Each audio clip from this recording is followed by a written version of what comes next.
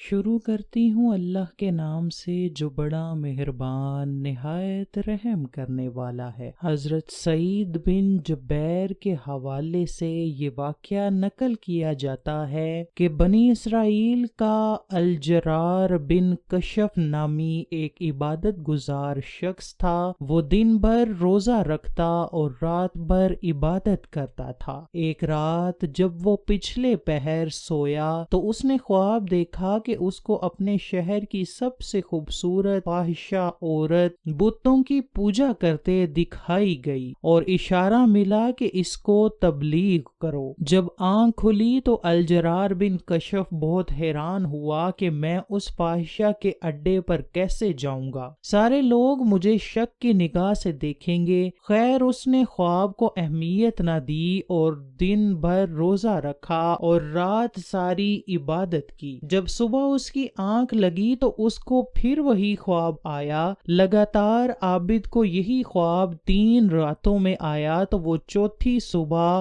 اس فاحشہ عورت کے گھر پہنچ گیا۔ فاحشہ نے جب دیکھا کہ شہر کے سب سے بڑے عالم میرے گھر میں آئے ہیں تو اس نے خوب خدمت کی۔ جب بزرگ عابد نے اپنے آنے کا مقصد بیان کیا کہ میں تو تمہیں ایک خدا کی عبادت کے لیے تبلیغ کرنے آیا ہوں، تو فاحشہ کہنے لگی بے شک میں بتوں کی پوجا سے اکتا گئی اور میں ایک خدا کی قائل ہوں، لیکن میں تب تک ایمان نہ لاؤں گی جب تک اللہ پاک کو خود دیکھ نہ لوں۔ وہ عابد بزرگ بہت پریشان ہوئے کہ اس عورت نے کیسی عجیب شرط رکھ دی ہے کہ اس کو کیسے اللہ کا دیدار نصیب ہوگا۔ خیر اس عابد نے فاحشہ سے یہ وعدہ کر لیا کہ اب وہ دوبارہ جسم کا کاروبار نہیں کرے گی۔ کچھ ہی دن گزرنے کے بعد گھر میں فاقوں کا عالم شروع ہو گیا۔ آہستہ آہستہ اس فاحشہ عورت نے گھر کا سارا سامان بیچنا شروع کر دیا۔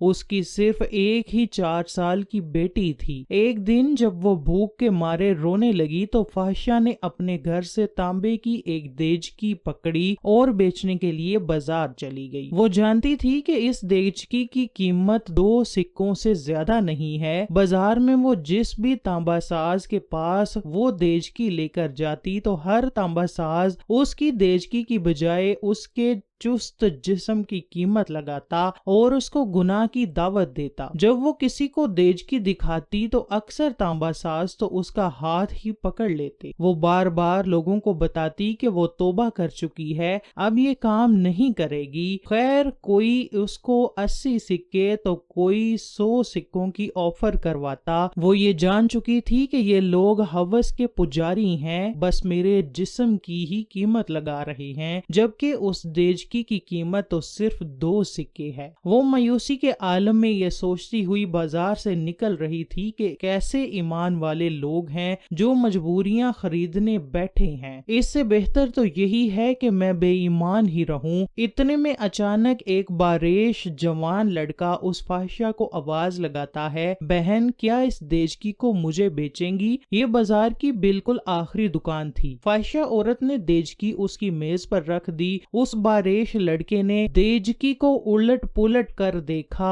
اور بنا فاحشہ کے چہرے پر نظر ڈالے 2 سکے میز پر رکھ دیے۔ اس عورت نے سکے اٹھائے اور گھر آ گئی۔ وہ اس لڑکے کے رویے سے بہت متاثر ہوئی کہ چلو کوئی تو ملا جس نے میری شکل و صورت کے نہیں بلکہ دیچکی کے ہی پیسے دیے ہیں۔ اگلے دن اسی فاحشہ عورت نے پھٹا پرانا برقع پہنا اور نقاب کر کے اسی طرح کی ایک دیچکی پکڑی اور دوبارہ اسی تانبے کے بازار میں پہنچ گئی۔ اس نے اپنی حالت ایسی بنائی کہ دیکھنے والے کو لگے کہ یہ ایک غریب بڑھیا ہے۔ وہ سب تاجروں کے پاس گئی۔ وہ جس تانبا ساز کو اپنی دیچکی دکھاتی وہ اسے تول کر کہتا 2 سکے ملیں گے۔ وہ عورت کہتی 6 سکوں میں بیچوں گی، پر کوئی تانبا ساز 2 سکوں سے زیادہ دینے کو تیار نہیں تھا۔ وہ بہت حیران ہوئی کہ یہی لوگ کل اسی دیچکی کو 80 سے 100 سکوں میں خریدنے کے لیے تیار تھے اور آج جب میں یہ کہہ رہی ہوں کہ ایک غریب اور میری بیٹی بیمار ہے تو کوئی بھی مجھے اس دیجکی کے بدلے 6 سکے دینے کو تیار نہیں۔ اس کا مطلب کہ یہ لوگ اللہ کے پجاری تو نہیں، یہ تو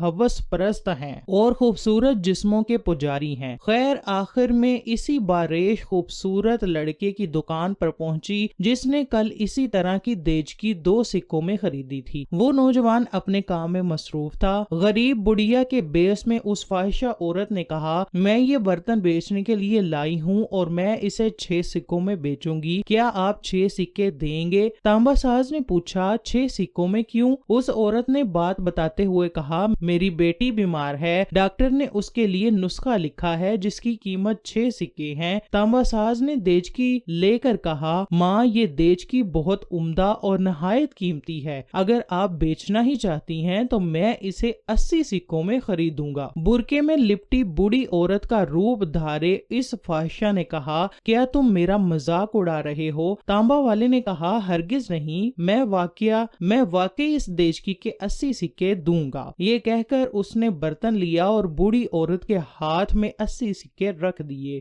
بوڑھی عورت بہت ہی حیران ہوئی، دعا دیتی ہوئی جلدی اپنے گھر کی طرف چل پڑی۔ الجرار بن کشف جنہوں نے اس فاحشہ کو ایمان لانے کو کہا تھا اور اس عورت نے یہ شرط رکھی تھی کہ جب تک میں اللہ کو نہ دیکھ لوں میں ایمان نہیں لاؤں گی، وہ عابد کہتے ہیں کہ دونوں دن اس عورت کے ساتھ ہونے والے واقعات میں نے بھی اپنی آنکھوں سے دیکھے تھے۔ اتفاق سے میں دونوں دن اسی بازار میں تھا۔ جب وہ عورت 80 سکے اس نوجوان تانبا ساز سے لے کر چلی گئی تو عابد الجرار بن کشف فرماتے ہیں کہ میں اس لڑکی کے پاس گیا اور اس سے کہا، بیٹا لگتا ہے آپ کو کاروبار نہیں آتا۔ بازار میں کم و بیش سبھی تانبے والے اس دیجکی کو تولتے تھے اور 2 سکوں سے زیادہ کسی نے اس کی قیمت نہیں لگائی، لیکن آپ نے 80 سکوں میں یہ خریدا ہے۔ وہ لڑکا نہایت ادب سے بولا، میں نے برتن نہیں خریدا ہے، میں نے اس کی بچی کا نسخہ خریدنے کے لیے اور 1 مہینے تک اس کی بچی کی دیکھ بھال کے لیے پیسے دیے ہیں۔ میں نے اسے اس لیے یہ قیمت دی ہے کہ گھر کا باقی سامان بیچنے کی نوبت نہ آئے۔ عابد کہتا ہے، میں سوچ میں پڑ گیا۔ فتح الباری کی حدیث قدسی ہے جس کو امام بخاری اور امام احمد بن حنبل نے بھی روایت کیا ہے۔ اللہ پاک فرماتا ہے، جس نے میرے لیے ولی کو تکلیف دی میرا اس کے خلاف اعلان جنگ ہے، اور میرا بندہ کسی چیز کے ساتھ میرا تقرب حاصل کرنے کی کوشش کرتا ہے تو مجھے وہ اس سے بھی زیادہ پسند ہے جو میں نے اس پر فرض کیا۔ میرا بندہ جب نوافل کے ساتھ میرا قرب حاصل کرتا ہے تو میں اس سے محبت کرنے لگتا ہوں، اور جب میں اس سے محبت کرنے لگوں تو اس کا کان بن جاتا ہوں جس سے وہ سنتا ہے، اور میں اس کی آنکھ بن جاتا ہوں جس سے وہ دیکھتا ہے، اور اس کا ہاتھ بن جاتا ہوں جس سے وہ پکڑتا ہے، اس کا قدم بن جاتا ہوں جس سے وہ چلتا ہے، اور جب وہ مجھ سے مانگتا ہے تو میں اسے دیتا ہوں، اور جب بخشش طلب کرتا ہے تو میں اسے بخش دیتا ہوں، اور جب میری پناہ میں آنا چاہتا ہے تو میں اسے پناہ دیتا ہوں۔ دوستو،